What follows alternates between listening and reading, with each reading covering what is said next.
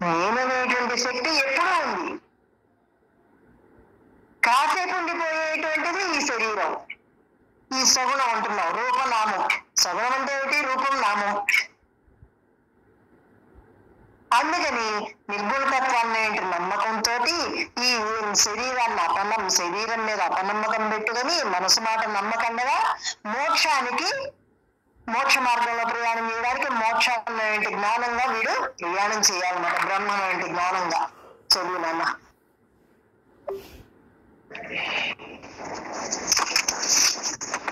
మోక్షమే కావాలంటే నువ్వు అసలు ఒప్పుకుంటావా?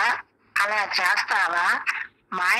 మాయను రెచ్చగొట్టి కానీ అక్కడ ఉన్నవాడు అంటే కానీ ఇక్కడ కదలడు, కదిలితే కానీ విచారణ రాదు. అది జీవుడైపోతున్నావు. మోక్షం కావాలనుకున్నావా? మోక్షం కావాలనుకునేవాడు ఎవడు ఒప్పుకోడు. ఎవరిని? ఆ మనసు మాటని నమ్మడు, ఆ మనసు చెప్పేదాన్ని ఒప్పుకోడు. ఎందుకని? మనసు మాట నమ్మితే మళ్ళీ జన్మల పాల్గొతామని తెలుసు. మనసు ఏం చెప్తుంది? ఇక్కడ రూపనామాలను చూపిస్తుంది, పరిస్థితులను చూపిస్తుంది, ఇదంతా నిజం తోపింపజేస్తుంది, అహంకారం కలిగింపజేస్తుంది, మళ్ళీ జన్మ కావాల్సిన సరే నీ స్నేహం చేసి చెడిపోయాను, నీ స్నేహం చేయను, నీ స్నేహం చేసినట్లయితే నేను నమ్మినట్లయితే జన్మల పాలవుతాను అని ఆ మనసుని వీడు బాగా విచారణ చెయ్యాలి. విచారణ చేస్తే నిలువు పోగు అడ్డు పోగు తీసేస్తే అక్కడ ఏమీ లేకుండా ఉందో, వస్త్రం అనేటిది లేకుండా, అలాగే వీడు ఈ రూపనామాలనేటువంటి ఎప్పుడైతే ఆ వరస గాని ఆ ఆకారం మీద ఉండేటువంటి విశ్వాసాన్ని గాని పోగొట్టుకుంటున్నాడో, మనస్సు చెప్పేదాన్ని నమ్మకంగా బ్రహ్మ వంటి విశ్వాసాన్ని తెలుసుకుంటున్నాడో, అప్పుడు వీడు జ్ఞానంగా ఉంటాడు.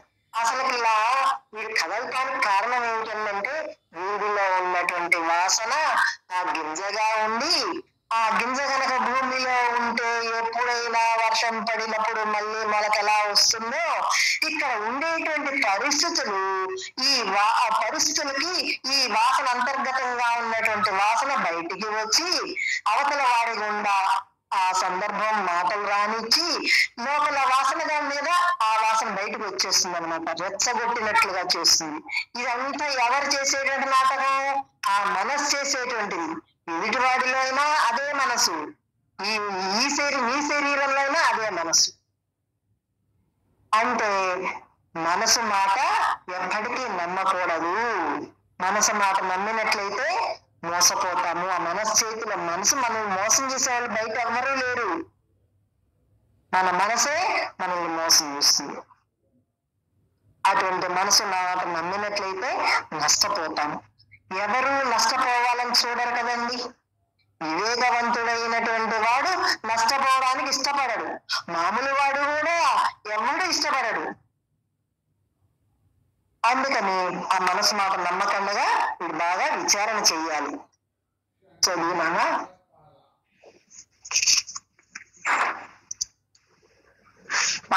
మాయను రెచ్చగొట్టి కానీ అక్కడ ఉన్నవాడు అంటే కానీ ఇక్కడ కదలడు, కదిలితే కానీ విచారణ రాదు. కాస్త కదిలితే గాని అహం రాదు, విచారణ కలగదు. అసలు నేను చెప్పినట్లు విచారణ చేస్తే గాని శాంతం పోదు. కాస్త పోవటం ఏమిటి? పాము కాస్త చావటం ఏమిటి? కాస్త పోయిందంటే సరిగా విచారణ లేదన్నమాట. విచారించలేదన్నమాట. ఉన్నట్టు పోయినట్టుగా ఉందన్నమాట. నీవు నిర్గుణం కలవాడివా, సగుణంగా ఉన్న శరీరానివా? నువ్వు శరీరానివా, బ్రహ్మని ఒప్పుకున్నావా? బ్రహ్మవా? ఏదో తేల్చుకో. మనము తెలుసుకోకపోతే గనక కాసేపు ఏమో బాగానే ఉన్నానండి అనిపిస్తుంది, కాసేపు ఏమో బాగా లేదండి అనిపిస్తుంది. అంటే వీడు ఒక్కడిగా ఉన్నప్పుడు చాలా బుద్ధిమంతుడిగానే ఉంటాడు. నేను బ్రహ్మగానే ఉన్నా అండి, హాయిగా ఉన్నా అండి అంటాడు. కానీ ఎప్పుడన్నా చుట్టాలు రావడము, పిల్లలు రావడము, లేకపోతే వీడు ఎక్కడికన్నా బయటికి వెళ్ళినప్పుడు అక్కడ జరిగేటువంటి పరిస్థితుల వల్లనో వీడు ఆ కదలిక వస్తుంది అనమాట లోపల. అది చూసేటప్పటికి, వినేటప్పటికి కదలిక వచ్చి వీడు బయటికి వస్తున్నాడు. ఆ కదలిక వస్తుందని గ్రహించినప్పుడు వెంటనే అక్కడికక్కడే గ్రహించాలి అంటే వీడు బ్రహ్మనేంటి జ్ఞానంగా ఉంటేనే గాని గ్రహించగల మనసుని. అంతర్ముఖ దృష్టి కలిగి ఉంటే గాని లోపల వచ్చేటువంటి ఆలోచనని గమనించలేడు. గమనిస్తే కదా వాడు దాన్ని విచారణ చేసి లోపలే మట్టు పెట్టుకునేది. అలా విచారించకపోయినట్లయితే ఏమవుతుంది? విచారించినప్పుడేమో హాయిగా ఉంటున్నాడు, మామూలు అప్పుడేమో దుఃఖానికి గురవుతున్నాడు. అంటే చచ్చి చావనట్లుగా ఉన్నాడు. అంటే పాము చచ్చినట్లా అంటే చావలేదు, చావలేదంటే చచ్చినట్టుగా ఉంది. అహం పోయిందా పూర్తిగా అంటే పూర్తిగా పోలేదు. మళ్ళీ అప్పుడప్పుడు అనిపిస్తుందండి, మళ్ళీ అప్పుడప్పుడు కలుగుతుందండి. అంటే విచారణ ఏంటి సరిగా చేసినట్లయితే మనము అహంకారం తలెత్తడానికి వీలు లేదు. అలా ఉన్నదా లేదా? ఒకవేళ వస్తే వీడు బయటపడకుండా లోపలే సరి చేసుకుని లోపలే మట్టు పెట్టుకుంటున్నాడా లేదా అనేది కూడా చూసుకోవాలి. ఎందుకంటే వీడు సమాజంలో తిరుగుతున్నాడు, వీడు ఏ అడవుల్లో లేడు, ముక్కు మూసుకొని తపస్సు చేసుకోవట్లా. వీడు గృహస్థుడిగా ఉన్నాడు, సమాజంలో ఉన్నాడు, బయటికి వెళ్ళేటువంటి పరిస్థితులు ఉంటుంటాయి. ఇంట్లో సభ్యుల వల్ల గాని ఇక్కడ జరిగేటువంటి వ్యవహారాల వల్ల గాని కదలిక కలిగేటువంటి పరిస్థితులు ఉంటాయి. ఆ కదలిక కలిగినప్పుడు బయటికి ఎలా వస్తున్నాడు అంటే ఇది నాటకం అనేది దృష్టితో వస్తున్నాడా, పాత్ర పోషించడం అనేటిది ఇక్కడ ఒక నాటకంలో ఒక పాత్రలాగా పోషిస్తున్నాడా, నమ్మి జరుగుతుందా నమ్మకంగా జరుగుతుందా అనేటువంటిది ఎవరికి వాడికి తెలుస్తుంది. వాడికి తెలిసినప్పుడే వాడు హాయిగా ఉండగలడు అన్నమాట. లేకపోతే వాడు హాయిగా ఉండలేడు. సగుణంగా నేను నిర్గుణాలుగా సగుణాలుగా నిర్గుణంగా ఉన్నటువంటి పరబ్రహ్మ స్వరూపాలుగా సగుణంగా ఉన్నటువంటి శరీరానిగా నువ్వు విలువ ఇచ్చావనుకో ఇంకా నష్టపోతాం అనేది వాడికి బాగా తెలియాలన్నమాట. చదువులన్నా స్నానంలో ఉండి బుద్ధి బలానివా ఎవరు నీవు ఎవరనుకుంటున్నావు అలా నిలదీసి అడిగామనుకోండి, అలా పాలల్లో నుంచి తీసిన నెయ్యి పాలల్లో కానీ పెరుగులో కానీ మజ్జిగలో కానీ కలవటానికి లేదు. ఇలా ఎక్కడికి చేరవలసిన వాళ్ళు అక్కడికి చేరితే నీ ఇంద్రియాలు కానీ మనసు కానీ బుద్ధి కానీ కష్టపెట్టేవాడు కానీ సుఖపెట్టేవాడు కానీ ఎవరూ లేరు. సర్వం అందరూ నిన్ను కష్టపెట్టే వాళ్ళు లేరు, సుఖ పెట్టేవాళ్ళు లేరు.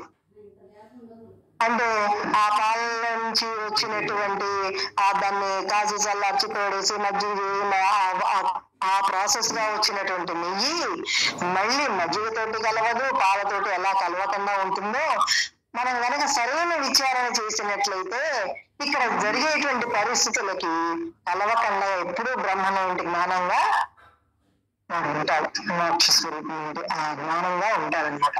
పిన్ని గారిని మాట్లాడండి కాసేపు.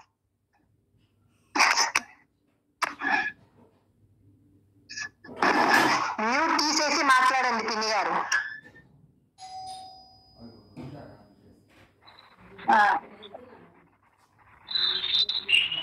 చెప్పమ్మా. చదువు నాన్న సులోచన చదివితే చెప్తాను.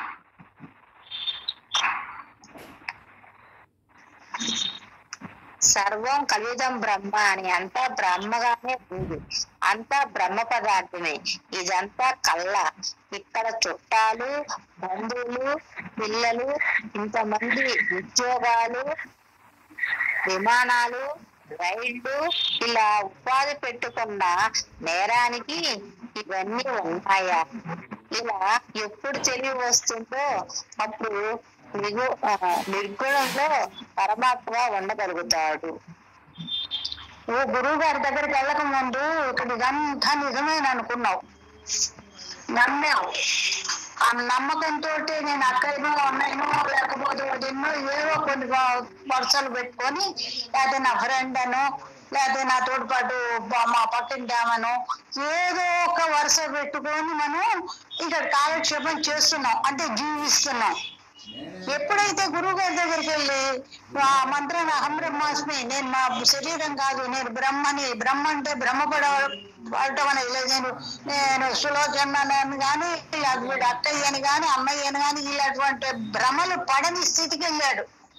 ఇప్పుడు మనం ఇన్నేళ్ళ నుంచి గురువు గారి దగ్గరికి వెళ్ళి ఇన్ని రోజుల నుంచి మనం పాఠం చదువుకుంటూ నిత్య నిరంతర ధ్యానం చేసిన వాడికి ఇక్కడ ఇదంతా కూడా ఒకటిగానే ఉంటుంది. వాడికి అంతకుముందు అజ్ఞానం ఉన్నాను, వాడు జ్ఞానంగా ఉన్నా అలా ఉన్నది. పాఠం చెప్పేటప్పుడు చెప్పాల్సి వస్తుంది అన్నమాట. అలా చేయాలంటే వాడు నిత్య నిరంతర ధ్యానం అది చేస్తే నీకు సరైన సమాధి రావాలి. ఆ నిత్య నిరంతర ధ్యానం వల్ల సమాధి వస్తుంది. ఆ సమాధి ఎప్పుడు వచ్చిందో ఇవన్నీ కూడా నీకు తేలికైపోతాయి. అంతేకాదు నువ్వు పాట చెప్పి ఎన్నాళ్ళు సంవత్సరాల తరబడి నువ్వు కొద్ది నెలలు ఇది కాదు, నువ్వు విచారించడం లేదు. నీ ఇంట్లో నువ్వు చేసుకునే పనులలో నీ విచారణ అంతా జరుగుతూ ఉండాలి. రెండో వాడు ఉండక్కర్లా. అట్లా నువ్వు నీ అంతా నువ్వు చేసుకోవాల్సి, నువ్వు ఎంత చెప్పినా లాభం లేదు. నువ్వు విన్న దాన్ని నీ సొంతంగా నువ్వు దాన్ని విచారణ చేసుకోవాలి. ఇప్పుడు పాఠం చదివింది నువ్వే చెప్పు, దాన్ని విచారణ చేసుకుని చెప్పటం కూడా నువ్వే చెప్పాలి, మళ్ళీ సుభాషిని చెప్పకూడదు. అలా అలవాటు చేసుకోండి. ఎన్నాళ్ళైనా వాళ్ళు చెప్తేనే వినటం అనే అలవాటు చేసుకుంటే ఎన్నేళ్ళు పోయినా ఇలాగే ఉంటుంది. ఇప్పుడు ఇంట్లో తెల్లొచ్చిన మొదలు పడుకోబోయే వరకు ఎన్నో జరుగుతుంటాయి. మన చూపులో, మాటలు, పెట్టులో, ఇవన్నిట్లో ఏదో కొంచెం గిచ్చినట్టు గిల్లినట్టు ఉంటుంటాయి. ఎందుకున్నాయి అంతకుముందు తెలియదు. ఇప్పుడు మనకి జ్ఞానం కలిగింది. వాడు ఎప్పుడు ఉంది జ్ఞానం, ఇప్పుడు తెలిసింది, మనకి అనుభవంలోకి వచ్చింది. ఇప్పుడు ఎందుకు ఆమెకు పెడుతున్నప్పుడు బాగానే పెట్టాను, ఈమెకు ఎందుకు పెడుతున్నప్పుడు నేను గిల్లినట్టు గిచ్చినట్టు ఎందుకు అనిపిస్తోంది అన్న విచారణ అక్కడికక్కడ చేసుకోవాలి. చేసుకోకపోతే నువ్వు ఎదగవు. ఎంతసేపు సుభాషిణ తింటే విందాం, చెప్తుంటే విందాం, నేను చదువుతాను, చాలదు నాన్న. చదువుతున్నావు కాబట్టి నీకు ఉట్టిగా ఖాళీ టైంలో కూడా నువ్వు చేస్తున్న పనుల్లో నీకు ఒక్కొక్కటి ఆనందంగా ఉంటుంది, ఒక్కొక్కటి చేస్తుంటే విసుగు పుడుతుంది, ఒక్కొక్కరిని చూస్తుంటే విసుగు వస్తున్నా ఎప్పుడు వెళ్ళిపోతారా అని అన్నట్టు ఉంటుంది. నీలోనే అవన్నీ నీలో కలిగేవి. ఇక్కడ బయట ఎక్కడా కలగటం లేదు, సుభాషిణలో కలగటం లేదు, లేకపోతే సుజాతలో కలగటం లేదు, నీలోనే కలుగుతున్నాయి. దాన్ని నువ్వు చూడగలిగిన వాడిపై ఉండాలి. ఆ దృష్టి రావాలంటే అది బ్రహ్మ దృష్టి. ఆ దృష్టి రావాలంటే నువ్వు బ్రహ్మగా ఉండాలి. కాకి కోకిలు కాదుగా, రెండు పక్షులే. కాకి కాకే, కోకిల అరుపు ఆనందంగా ఉంటుంది, కాకి అరుస్తూ ఉంటే దాన్ని తడుగుతాం. మరి ఉన్నది ఒక సులోచన. ఇక్కడ ఆ సులోచనకి నేను బ్రహ్మనన్న నమ్మకం తనకు తెలియాలంటే నిత్య నిరంతరం నువ్వు కనపడేవి, నువ్వు తినేవి, నువ్వు తింటుంటే ఒక్కొక్కటి భలేగా ఉంటుంది, ఇంకా కాస్త చేసుకుని తిందాం అనిపిస్తుంది. అలా అనిపించినప్పుడు సులోచన అయిపోతున్నావు. ఇక్కడ ఏమీ లేదు, ఉన్నదంతా బ్రహ్మ పదార్థమే అనే గుర్తు నీకు నీ మనసులో వచ్చినట్లయితే దాన్ని అంత ప్రియంగా తినలేవు. అలాగానే వాళ్ళు వీళ్ళు కబుర్లు చెబుతుంటే చాలా ఆనందంగా ఉంటుంది. ఎవరిని గురించో చెప్తూ ఉంటారు, దేని గురించో చెప్తుంటారు.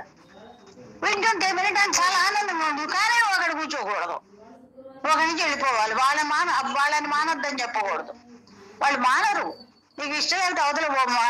మన బ్రహ్మజ్ఞానం కూడా అందరికీ నచ్చదు. విశ్వస్తున్నాడు లేదు, తెన్నో తెరిస్తే ఇదేను అని అన్నట్టుంటాయి. వాళ్ళకి ఇష్టం లేకపోవచ్చు, నీకు ఇష్టం, నీ పాట విన్నవాడికే చెప్తావు.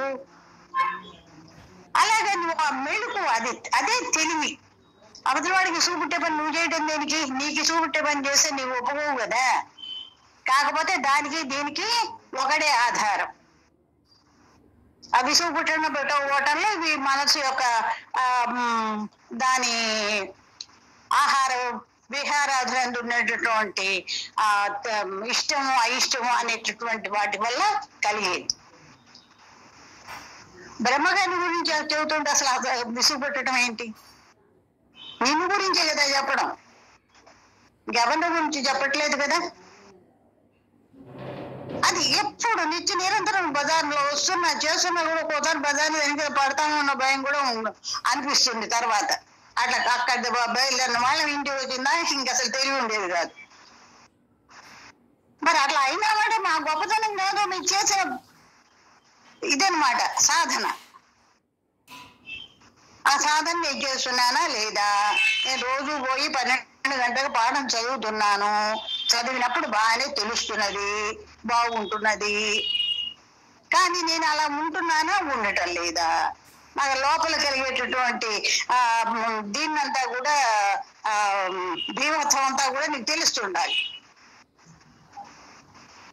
ఏదో ఒకటి చెబుతుంటు నేను కవ్విస్తుంది, హాయిగా పడుకొని హాయిగా తిన్నీదు, హాయిగా చదువుకోనీదు. ఆ పరిస్థితి వచ్చినప్పుడు నీకు నువ్వే ఇవ్వాల్సిందే గాని ఎవ్వరు వచ్చి నిన్ను దాటరు. నదిలో మునిగిపోతున్నప్పుడు ఎవడొచ్చో వాడు మునిగిపోడు. నీ అంతగా నువ్వు మడకుండా గొడ్డు చేరేటటువంటి తెలివి అక్కడ ఉంది. ఆ తెలివి ఉంది, నీకు ఈత రాదు, ఏం చేస్తా? ఇప్పుడు ఇక్కడ పాఠం నీకు తెలిసినట్టు ఇక్కడ ఉన్నది ఒకడే, ఎంతసేపు చెప్పినా ఆ ఒకడే. ఆడు రెండో వాడు అయినాడంటే ఏదో ఒక నస పెడుతూ ఉంటాడు లోపల, మంచిగానో చెడ్డగానో ఎన్నెన్నో తీసుకొచ్చి నిన్ను హాయిగా ఉండనీయకుండా జన్మల పాలు చేస్తున్నాడు. ఆడు ఏ రకంగా మాట్లాడినా ఏ రకంగా చేసినా నీకు నచ్చినా నచ్చకపోయినా దాన్ని చూసేవాడిగా ఉండు. అంతేగాని భయ ఏం చెప్తున్నారు, విసుగు పుడుతుంది రేపు పోదాం అన్న మాట రాకూడదు, శబ్దంతో బయటికి రాకూడదు. కనపడుతున్నది, కళ్ళున్నాయి కదా, కళ్ళు తెచ్చుకునే ఉన్నాయి, చెవులు వినపడుతూనే ఉన్నాయి. వేటి గురించో చదువుతున్నాడు, ఏ సినిమాల గురించో ఏ పెళ్లి గురించో ఏ దేని గురించో చదువుతున్నాడు.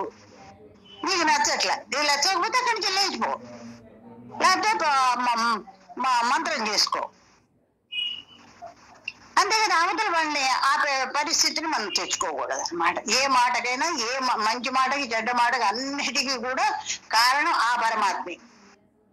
కానీ మనసు రూపంలో వచ్చినప్పుడు ఇది బాగుంది బాగులేదు అని నన్ను ఎందుకు అంటున్నా? నీకు బ్రహ్మ అనే మాట నీకు తెలియకపోవటం చేత అంతకుముందు అనేవాళ్ళం. ఏంటి ఆ చీర ఏం బాగుంది ఎందుకు కొనుక్కున్నా, ఏంటి అట్లా కట్టుకున్నామేంటి అసలు అనే మాటలు అంతకుముందు వచ్చేవి, ఇప్పుడు రావు. ఎందుకని ఇప్పుడు అక్కడ బ్రహ్మనే చూస్తున్నాడు కానీ వాడి చీర ఎట్ట కట్టుకున్నాడా, ఎట్లా ఉందా, బాగుందా బాగుండలేదా అని చెప్పేటటువంటి దీన్ని అది పోతుంది అన్నమాట జ్ఞానం చేత. అక్కడ ఉన్న బ్రహ్మ పదార్థం అయితే బాగుంది బాగుండలేదు ఇన్ని చెప్తున్నానేంటి అన్ననేమో ఇదే నీళ్ళలో కలుగుతుంది అన్నమాట. అలా కలగకుండా హాయిగా ఎప్పుడు నువ్వు నామస్మరణలో ఉన్నట్టయితే నువ్వు చిన్నగానే అనుకుంటావు, అందరికీ డిస్టర్బెన్స్ లేదు. అహం బ్రహ్మాస్మి లోపల అనుకునే మాట, బయటికి అనే మాట కాదు అది. అసలు మంత్రం ఎవరికి వినపడకూడదు. కాకపోతే ఒకరికొకరిని చెప్పుకోవాలంటే శబ్దంతో బయటకు వస్తున్నాడు, శబ్దం కూడా అదే కాబట్టి అట్లా నిన్ను నువ్వు ఉద్ధరించుకోవాల్సిందేనమ్మా. ఎన్ని రోజులు పాఠం చదివినా ఎన్నిసార్లు విన్నా అది జీర్ణమైపోవాలి. నువ్వు రక్తగతం మాంసగతం మస్తగతం అయిపోవాలి. నిద్రలో లేపినా కూడా అహం బ్రహ్మాస్మి అనే మాటే రావాలి కానీ ఇంకొకటి రాకూడదు. నువ్వు దీనికి ఏ రకంగా నీకు చేసుకుంటే బాగుందో ఆ రకంగా చేసుకోవడం. వేడి నీళ్లు చేసుకొని కమ్మగా శరీరానికి హాయిగా ఉంటుంది, చలికాలం వేడి నీళ్ళు పోసు, ఇలాంటి వాటిని అన్నిటి సుఖాలన్నిటిని వదలాల్సిందే. బాగుంది, బెల్లం వేసుకుంటే బాగుంది, మాకు బెల్లం వేసుకోకపోతే ఏది చావలేము మేము, అలాంటివన్నీ వదిలేస్తాము. దీనికంటే గొప్పది కాదు కదా అది. ఈ జిహ్వ చాపల్యం ఈ కాసేపు 4 ఎన్నో కాసేపే కదా రుచి. నేను బ్రహ్మను కాదని ఇది తెచ్చుకొని తింటాం ఏంటి? ఇది లేకపోతే నేను తినలేను అనుకోవటం ఏంటి? ఇదంతా అజ్ఞానం కిందకు వస్తుంది. ఇలా ఎన్నిటిని వదలాలి? నీ శరీరాన్ని నువ్వు వదలాలమ్మా. శరీరం నేను కాదని తెలియాలి నీకు.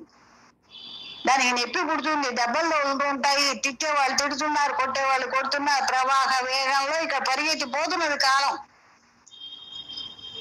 అప్పుడు నువ్వు ఎంత జాగ్రత్త, తస్మాత్ జాగ్రత్త. చూసావు కదా రెండు ఇద్దరిని, చెక్ చెక్ చెక్. నెంబర్ 3 ఎవరో మరి. అందుకని ప్రతి నిమిషం నీకు అనిపించాలి, ఏ నిమిషాన పడిపోతాను అనే భయపడమని కాదు. అందుకని జాగ్రత్త చేసుకో. ఏంటంటారు, దీపం ఉండగానే ఇల్లు చక్కబెట్టుకోమని. దీపం ఏమన్నగానే ఇల్లు పెట్టుకోమని ఇదే. రాతి చీకట్లో వస్తువులు అవి ఎక్కడ ఏవి పెట్టాలో ఏదో అవన్నీ తెలియవని అలా. అదైతే ఇది అసలు ఎప్పుడు ఉంది ఎవరికి తెలియదు, నీకే తెలియదు. అందుకని సమయాన్ని వృధా పోనీయకుండా, మనకు అంతకుముందు తెలియక చేసాం. అప్పుడు అందుకే దాన్ని అజ్ఞానం అన్నారు. నేనెవరో నాకు తెలియని పరిస్థితి. గురువు వచ్చి నువ్వు బ్రహ్మవురా అని చెప్పిందాకా మనకు తెలియలే. ఆ బ్రహ్మ అంటే ఉండడో లేదు. ఆ చతుర్ముఖ బ్రహ్మనే బ్రహ్మ అనుకునే వాళ్ళం, కానీ ఈ బ్రహ్మ అసలు మనకు తెలియలేదు. అట్లాంటి వాళ్ళని ఇప్పుడు మనకి ఎటువంటి పుస్తకాన్ని తీసుకొని దాన్ని మనకి కావాల్సిన విధంగా చేసుకునేటువంటి శక్తిని మన గురువు ఇచ్చాడు. ఎట్లా ఇచ్చాడు? అందరికీ ఒకటి అనే చెప్పాడు ఆయన. మరి దాంట్లో నుంచి నిరంతరం ఎటు చూసినా, ఏం చూసినా, ఏం విన్నా నీకు ఆ మాటలుగా వినపడాలి, ఆ మాటలుగా నువ్వు అర్థం చేసుకోవాలి. ఒక మాట పొరపాటు అర్థం వచ్చాడు, అంతకుముందు దాంట్లోనే ఉంది కాబట్టి పొరపాటు అర్థం వచ్చినా కూడా ఇది ముట్టుకున్నానంటే కాలుతుంది చెయ్యి, కాబట్టి నేను ముట్టుకోను అని అంటుంది. మరి అక్కడున్న వాడు కూడా వీళ్ళకి పాపం వాడికి తెలియదు, వాడు గురువు దగ్గరికి వెళ్ళలేదు. నువ్వు గురువు దగ్గరికి వెళ్ళావు, ఇప్పుడు నీకు తెలిసింది, నువ్వెవరో తెలిసింది, ఆమె ఎవరో కూడా తెలిసింది. అలాంటప్పుడు ఇంకా అక్కడ మనం ఆగిపోకూడదు కదా, ఆలోచనలలోనే మునిగిపోకూడదు కదా. ఇవన్నీ రావాలంటే ఆ టక్కున అది రావాలి అంటే నిజ నిరంతర ధ్యానం. నువ్వు అన్ని పనులు చేసుకుంటూనే ఉండాలి, నీ దృష్టి అక్కడే ఉండాలి. ఉన్నది ఆ బ్రహ్మ పదార్థం, ఉన్నది ఆ బ్రహ్మ పదార్థం, ఇంకా రెండోది లేదు. ఇక్కడ అనేకంగా నాకు కనపడుతుంది. ఈ మాటలు మాట్లాడుకోవడానికి కష్టమే ఉంది నాయన. నీకు అసలు ఆ బ్రహ్మ జ్ఞానం మీద కనుక దృష్టి ఉన్నట్టయితే ఈ మాటలు అనుకోవడానికి కష్టం ఉండదు. రామనామం చేస్తుంటే ఎంత ఆనందంగా ఉంటుందో ఇది కూడా ఇంకా ఆనందం. అలా అవ్వాలి అంటే నీ కష్టమే. నా నిద్ర టైంకు నిద్రపోవాలి, నేను తినే టైంకు తినాలి, నాకు ఇట్లా అయితేనే నచ్చుతుంది, అట్లా అయితే నచ్చదు. వాళ్ళు ఏది పెడితే అది. ఇవాళ ప్రాప్తం ఇది. వాళ్ళు వంకాయ కూర చేసుకొని బంగాళదుంప కూర లేదు, ఈ వంకాయ కూర ఎవడు తింటాడంటే అట్ట నువ్వే కదా చేసుకున్నావు. నువ్వు తెచ్చుకున్నవే ఇక్కడ నీకు ప్రాప్తం. ఇంకోటి నాకు రావాలంటే అది రాదు, అది అజ్ఞానం. తెలియక నీకు నాకు ఇది వచ్చింది, వాళ్ళు ఇలాంటివి పెట్టారు, నాకు ఇలాంటి మాటలు చదువుతున్నారు, వీళ్ళు అరుస్తున్నారు, నన్ను కరుస్తున్నారు అని నేను అనుకుంటున్నాడు. వాళ్ళందరినీ నరవటానికి కరవటానికి వచ్చారు. ఇప్పుడు నువ్వు మాట్లాడుకున్నా ఉంటే నీకు మంచి జన్మకు వెళ్తావు, లేకపోతే అవేవి చెప్తుంటే వీళ్ళే వస్తారు నీ వెంబడి. అది కూడా ఉంది. నిత్య ధ్యానమే అన్నిటికంటే ఇదైంది. ఆ బాటిల్ తలుపు తీసుకుంటేనే కదా ఇంట్లో ఎవరన్నా వచ్చి మాట్లాడేది. కానీ మనసు కూడా ఇప్పుడు తెరుచుకొనే ఉంది. తలుపు అయితే వేసావు కానీ మనసు మటుకు తెరుచుకొనే ఉంది. అందుకని ఏవేవో అప్పటి వెనకటివి ముందరివి జరగబోయేవి జరిగినవి అన్ని తీసుకొచ్చి నిన్ను హాయిగా కూర్చొనివ్వకుండా చేస్తుంది. అది దాని డ్యూటీ, అదే అంతే. కానీ దానికి మాస్టర్ని నేను, కాబట్టి నేను చెప్పినట్టు అది వినాలి. కుక్క ఉంది, కుక్క నేను చెప్పినట్టు వినాలి కదా. దాని ఇష్టం చేసి నేను ఒప్పుకోను. అలాగా ఆ మనసుని నీ చేతిలో పెట్టుకోవాలి. ఇక్కడ ఎన్ని రకాలున్నా సరే అది కావాలన్నది దానికి పెట్టకుండా అక్కర్లేదని ఇది పెట్టి దాని చేతి తిరిపించి దాన్ని ఆ కోరికల మీదకి పరుగులు దేన్ని కూడా చెయ్యాలి. ఆ చేయటం ఎట్లా ఎప్పుడు చేస్తామంటే నువ్వు ఎప్పుడు నిజంగా దాంట్లో ఉంటే మా చూడు మడి కట్టుకున్నాను, ఇప్పుడు నేను బయటికి రానన్నా అనేవాళ్ళు పూర్వం. ఆ మడి కట్టుకున్నప్పుడు బయటికి వెళ్తే మళ్ళీ మైలు పడతారు అన్నమాట వాడు. ఆ సాంప్రదాయం ఉన్న ఇళ్లలో అందుకని చెప్పి వాడు బయటికి పోడు, చెప్తాడమ్మా నేను మడి పెట్టుకున్నాను, అక్కడ పెట్టిపోండి, బొట్టు పెట్టుకోవాలంటే అక్కడ పెట్టండి అమ్మా, పెట్టుకుంటాను అనేవాళ్ళం. ఇప్పుడు మనం కూడా అంతే, ప్రతి చోట ప్రతిదీ జరుగుతున్నా సరిపోయి రావాలి ఎంక్వైరీ. అడిపోయి ఏం చేస్తున్నావు, ఏం చూస్తున్నావు? కానీ మన అనుకోని అందరం ఉన్నాం కాబట్టి, ఇంకా కనపడదు కాబట్టి ఆ శరీరానికి విలువ ఎప్పుడో ఇవ్వడం మానేసాం. ఇప్పుడు నేల నుంచి ఆమె ఆశని ఏ 3 ఏళ్ళు 4 ఏళ్ళు అయినా నేను చూసి నేనే పెద్దదాన్ని అయిపోయినా కదా. మనకు బళ్ళు లేవు, రిక్షా కట్టాలని డబ్బులు, అన్నీ ఆలోచించుకోవాలి. ఇక్కడ ఈ ధ్యాసలో ఉండటానికి నువ్వేమీ ఆలోచించుకోక్కర్లేదే.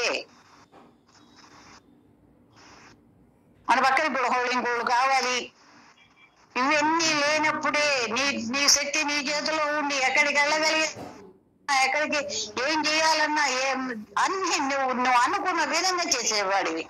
ఇప్పుడు అందరూ పరాధీనం అయిపోతాం.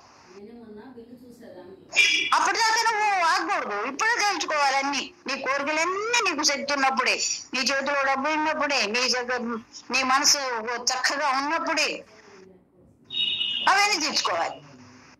జ్ఞాని కోరికలు ఉంటాయంటే కొన్ని చెయ్యాలి, తెచ్చుకున్నాడు కదా చేయాల్సింది, వాటన్నిటి కూడా చేసేస్తాడు. రేపో ఎల్లుండో అని అట్టి పెట్టాడు, ఇప్పుడే దాన్ని తేల్చుకోవాలి. అట్లా చేయాలంటే నువ్వు నిత్యనేరంటే ఆ ధ్యానంలో ఉండడానికి నీ ప్రయత్నం నువ్వు చేయాలమ్మా. ఇవి చెప్పడం మరి ఓటును కూర్చొని చెప్తాం. నీళ్ళలో దిగిన వాడివి నువ్వు. ఆ నీళ్ళలో దిగినప్పుడు నీ పరిస్థితి ఎలా ఉంటుందో ఏముందో దానికి ఏంది రెమెడీ అని అంటే రెమెడీ ఒకటే, నామమే, ఇంకోటి లేదు. మరి వాళ్ళు ఎవరో చెప్తారే, గురువు గారిని స్మరించుకుంటూ వెళ్తే ఆ పొంగే ఆ నదిని కూడా దాటి వెళ్ళిపోతాడు, వాడికి తెలియకుండానే. అంత మన గురువు గారు ఎంత శక్తిమంతులో అది ఆ ముందర అది కూడా తెలియాలి. అది తెలియాలంటే ఇంకా సమాధి వస్తేనే కానీ అలాంటివన్నీ తెలియవమ్మా, చెప్పడానికి వీలేదు. ఆయన అడిగారు చూడు, బ్రహ్మగారు అంటే కథలు రండి అంటున్నాడు ఆయన. ఏం చెబుతాం ఆయన పాఠం? మాట్లాడ్డా అండి, కథలు దాంట్లో అన్ని చేసేది వాడే, ఏమీ లేనివాడు వాడే. దాన్ని అనుభవం చేత తెలుసుకోవాల్సిందే గాని శబ్దం చేత తెలుసుకునేది కాదు. గురుగారు చెప్పినట్టు అట్లా సైలెంట్ గా కూర్చో, కదలకుండా కూర్చో.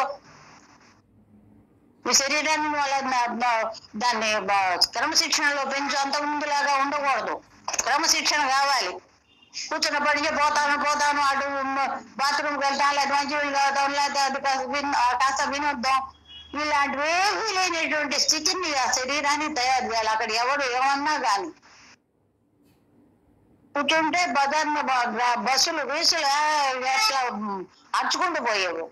అయినా సరే మన పని మంది అవి వాటిని ఆగమంటే ఆగుతాయా? అవి ఆగవు.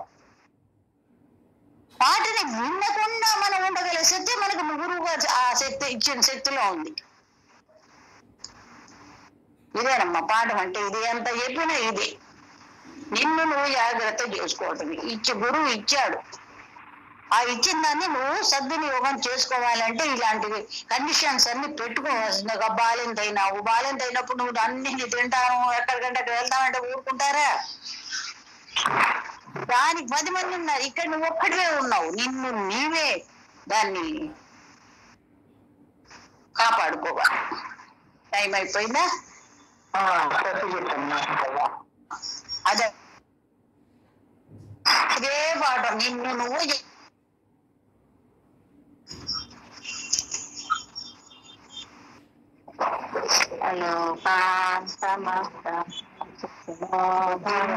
భవంతు లోకా సమస్త సుఖినో భవంతు. లోకా సమస్త సుఖినో భవంతు. ఓం శాంతి శాంతి శాంతి. జై గురుదేవమ్మ. నమస్కారం. జై గురుదేవ. నమస్కారం.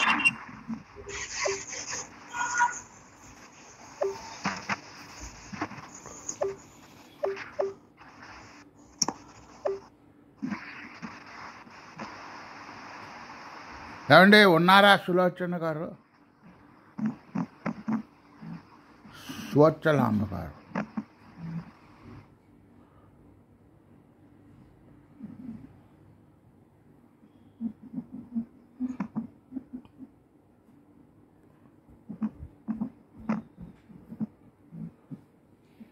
హలో,